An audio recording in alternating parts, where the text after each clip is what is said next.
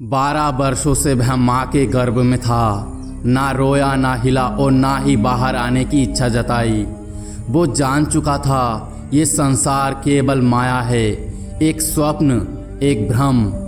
माँ व्यास पत्नी की आंखें सूख चुकी थी। पिता वेद व्यास भी हैरान थे। आखिर ये कौन सा बालक है जो जन्म लेने से इनकार कर रहा है। लेकिन वह कोई साधारण शिशु नहीं था। वो था आत्मा में स्थित, माया से परे, ज्ञान से पूर्ण। और जब भगवान श्री कृष्ण जी स्वयं गर्भ में प्रकट हुए और कहा, हे आत्मज्ञानी बाहर आओ, माया तुझे छू भी नहीं सकती, तब जो हुआ वह जन्म नहीं था, वह ज्ञान का प्राकट्य था। उस दिन धरती ने एक ऋषि को नहीं बल्कि सनातन वैराग्य और ब्रह्म ज्ञान के मूर्तिमान रूप सुखदेव जी को जन्म दिया। एक ऐसा बालक जिसने ना कभी बचपन जिया, ना कभी संसार में रमण किया, लेकिन जिसकी वाणी से श्रीमद् भागवत जैसी अमर कथा निकल कर आई, जिसे सुनकर राजा परीक्षित को मृत्यु से पहले मोक्ष प्राप्त हुआ। जन्म लेते ही बालक ने अपने पिता की ओर देखा और बिना एक शब्द कहे वन की ओर चल पड़ा।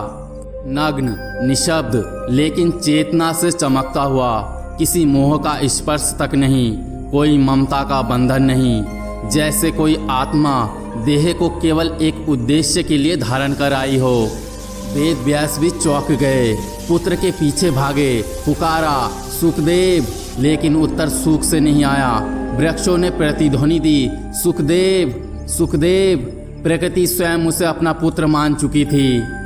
तब पिता समझ गए, यह बालक संसार में नहीं, ब्रह्मा में बसा है। वर्षों वनवास में, ध्यान में, तप में रमे रहे, और जब उनका आत्मज्ञान अखंड हो गया, तब वे वेद व्यास जी के आदेश पर राजा जनक के पास ज्ञान की अंतिम परीक्षा देने पहुँचे। जनक, जो स्वयं राज ऋषि थे, उन्हें भी पूर्ण आत्मज्ञानियों को परखने की कला थी। सुखदेव जैसे नग्न बालक को उन्होंने 3 दिन महल के द्वार पर बैठा रखा, बिना सत्कार, बिना दृष्टि डाले, लेकिन बालक हिला तक नहीं। और जब बुलाया तो एक पात्र में तेल भरकर हाथ में दिया और कहा, पूरे महल में घूमो, लेकिन एक भी बूंद गिरे तो तुम ज्ञान के अधिकारी नहीं। सुखदेव चले। महलों की शोभा, स्त्रियों की नृत्य वाली सभाएं, सुवासित पकवान, रत्न जटित कक्ष, कुछ भी उन्हें विचलित न कर सका। उनका मन स्थिर था, दृष्टि केवल उस पात्र पर और आत्मा ब्रह्मा में। राजा जनक ने उठकर उन्हें प्रणाम किया। तुम केवल ज्ञानी नहीं, स्थिर बुद्धि भी हो। तुम संसार के लिए श्रीमद् भागवत जी कहने के योग्य हो। और तब भाग्य ने एक और लीला रची। राजा परीक्षित, जिन पर श्रृंगी ऋषि के शाप से मृत्यु निश्चित थी, सिंहासन छोड़कर गंगा तट पर आकर केवल एक प्रश्न पूछते हैं, मुझे 7 दिन में मृत्यु आएगी, मैं ऐसा क्या करूं जिससे मुझे मोक्ष मिले। और वही आते हैं सुखदेव, 14 वर्ष का एक नग्न तेजस्वी बालक, जिनकी वाणी से ब्रह्मा का झरना बहता है। कोई नहीं पूछता ये कौन है, क्योंकि जब उन्होंने बोलना शुरू किया तो देवता भी आकाश से सुनने को उतरे। 7 दिन 7 रात्रियां उन्होंने श्रीमद् भागवत जी के 18,000 श्लोकों को केवल कहा नहीं बल्कि जिया भी। उस कथा में थे श्री कृष्ण जी के बाल्य लीला, रास, उद्धव संवाद, भक्त प्रहलाद, ध्रुव, भरत, ऋषभदेव, विदुर, नारद, और हर श्लोक से झलकता था एक सत्य, भक्ति ही परम पद है। परीक्षित मृत्यु को भूल गए, समय ठहर गया और जीवन शब्द बनकर बहने लगा। 7वें दिन जब तक्षक नाग आया और राजा परीक्षित ने शांत भाव से मृत्यु को अंगीकार किया, तब सारा ब्रह्मांड सुखदेव की कथा शक्ति को नमन कर रहा था। तक्षक ने शरीर को ग्रस लिया, लेकिन आत्मा पहले ही मुक्त हो चुकी थी।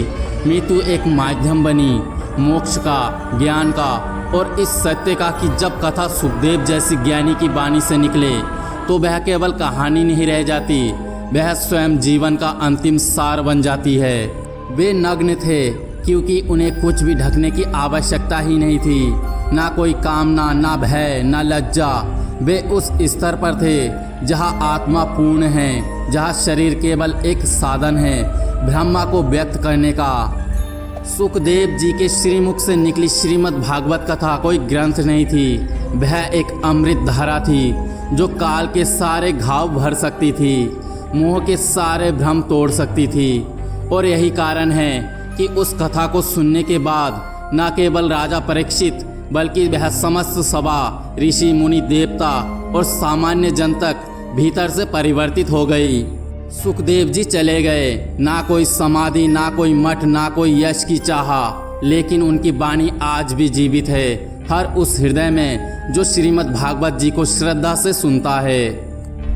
क्योंकि सुखदेव एक व्यक्ति नहीं थे, वे तो वह ध्वनि थे जो ब्रह्मा से निकली थी और फिर कभी लुप्त नहीं हुई। तो दोस्तों, ये वीडियो आपको अच्छी लगे तो कमेंट में जय श्री कृष्णा का नारा अवश्य लगा कर जाए। जय श्री कृष्णा।